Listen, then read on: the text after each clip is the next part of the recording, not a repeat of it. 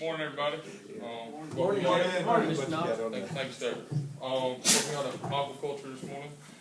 Who of y'all likes to fish? Everybody like to fish? Who likes to fish around docks? You know, the boat. Blake, you come up here. I need about 4 people on each side of this table. Then 3 or 4 of y'all come stand over here, and 3 or 4 of y'all come stand over here. Kind of try to block this table a little bit.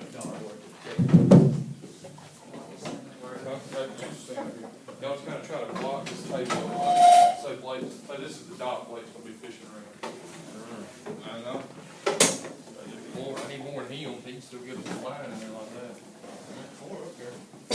There we go. All right, Blake. This is your. I thought I had some weird record this morning, but you want to try to fish around the dock, buddy. Oh man. So you couldn't swing it in there and get you and still get you lure back or nothing. You get hung up. So that was some poles or something. You probably lines. So there's lines running all around here. I probably didn't get my lure back then. Crap around your dock. So do you think the guy that owns this dock, should he have to take all that stuff down so you can fish? No. No, he shouldn't. Well, yeah, because I'm fishing. Yeah. You fisherman, so he should have to take it down. Yeah, I like fishing. Man. All right. So what do y'all think? Y'all think say that's just he's got some poles and stuff stuck up right there. So you have to take it down. Y'all get I don't know. It's whatever TVA says, really. Coach Mountains in your letter. I'm from South Alabama. All I know is Gantt Lake. I don't know TVA. But I know the all right, correct guys. answer, but I'll play along. Do what? I think he should move it. I know the correct answer, but I think. Think you should move it. Yeah, I think. All right. What are they? What are they around the dock? It's this case study we're going to talk about is in the Gulf, or say we was in the Gulf, not so much a lake, but they're growing oysters instead of on the bottom on shells, they're growing them in cages. So what we're going to talk about today is it right for the people to be able to grow stuff off the bottom since all they own is just X feet out. They don't own the bottom of the ocean. So is it right for them to be able to grow stuff off the ocean and block your way to your favorite fishing spot? Fishing. So that's what we're going to talk about. That's what this is about. And Maybe we clean out their trash. yeah, y'all to read about Mr. Oster Halfshell. Go ahead. Oscar like oyster Halfshell. Try to go along with y'all's play on words a little bit.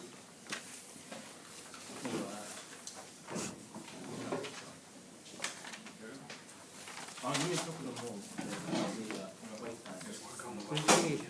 No, the dog business.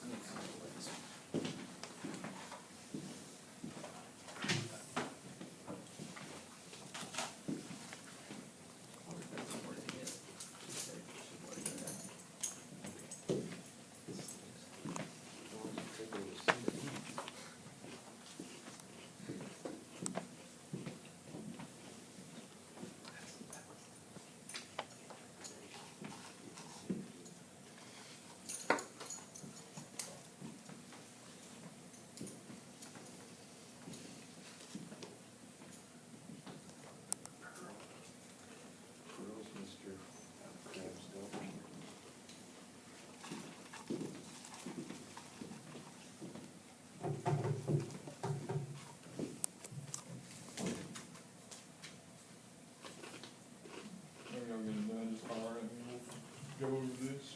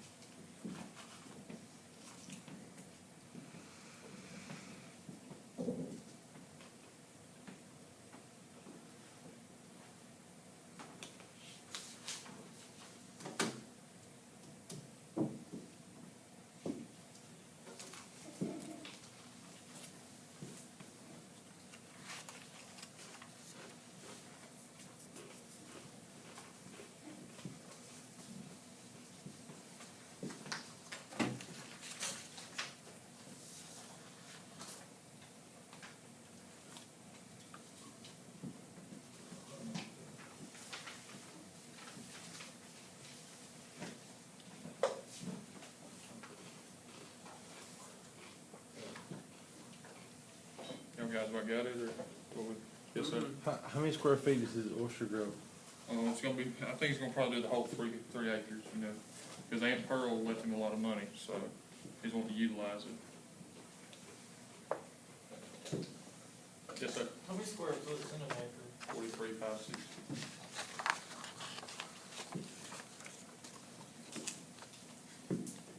How many acres are in a square foot? Not many. Decimal place. About the size of my bank. I think this guy, he'll be able to put whatever he wants to on the dock. Think so? Yeah, man. Y'all about ready to start talking about it, or? Maybe he don't want that guy to come get his fish either. Yeah. Maybe that's his little. This is a little ploy for him. Yeah. Alright. Well, before we talk about that, everybody got it wrapped up? Alright, before we talk about that, does anybody know what riparian rights are? Yeah, what are up? Yeah, kinda, basically what it is that's what they charge for marinas. Like, say Alabama doesn't have a set fee for oyster growers or people to grow stuff off the bottom. Like I said earlier, you can own X amount of feet out, you just can't own the water. You can say, this is, my land goes X amount of feet out, and I can put my dock out there, but you can't make money off the bottom of the floor. So they charge marinas 15 cents per square foot. Yeah, I'm gonna correct. Technically, I'll place my earlier. TVA states that, all we own is to our seawall. Really? We don't own our dock. So if somebody comes on our dock, it's not trespassing, Oh. cause. TVA though. Yeah. Yeah. Right. The guy I was But talking, that's how it is. I mean, that's how it's gonna be any public, like, waterway.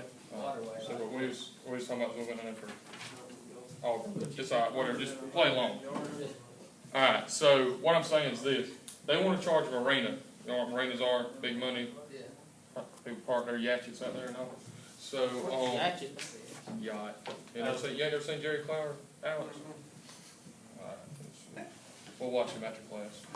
Alright, but they charge him 15 cents per square foot, and they're making several $100,000 off rent. Whereas this guy, all he's growing is 100 oysters to a bag, and they're charging him 15 cents per square foot as well. So if he uses all 3 acres, they're gonna charge him almost 20 grand a year just to grow oysters. That And- 3 acres is in the water. Yeah, and I'm not saying, you know, because if you can't get anywhere in that 3 acres, they're gonna charge you for it, you know, so it's gonna take, and then plus the startup costs, these cages cost over $1,000 a piece, so, and $20,000 off of his profits, he's not gonna make, he's gonna lose money in the first year, and that's not just, that's $20,000 per year, that's not a one-time fee. So do y'all think that even though they're using the bottom just like a marina's using the bottom, should they have to pay a different amount of rights for the same thing? Because a bottom's a bottom. I think that he should've got his permits and stuff. But I mean, there is no regulation in Alabama, so they can charge you what they wanna charge you. You can commercially produce without a license? No, I'm talking about regulations on the price. Should've went to the extension agent. I'm talking Looked about, into like, it. He should've got a permit to grow them things, and Yeah. he would've known how much. I got you. We should've looked into it before. Yeah. But so y'all think that it's fair to charge them 15 cents just like a marina? Well, if Whereas- there's no regulation, I mean, They can do what they want to? I guess. Okay, you said she has 3 acres of bayfront property, so she shouldn't be charged, or he shouldn't be charged for the whole 3 acres, just what he has in the water. But I think, let's say he's using the whole 3 acres, that's what I'm saying. Yeah, but how far out does his cages go in the water? True, but, So he should only be charged for what's in the water. true. It's just, it's a money-making business. Like, up north, they only charge them 4 cents per square foot, because they have regulations. So, maybe it is better if they have regulations instead of no regulations. I think that, I think the fines, I think it should be different, like, I don't think he should get fined like as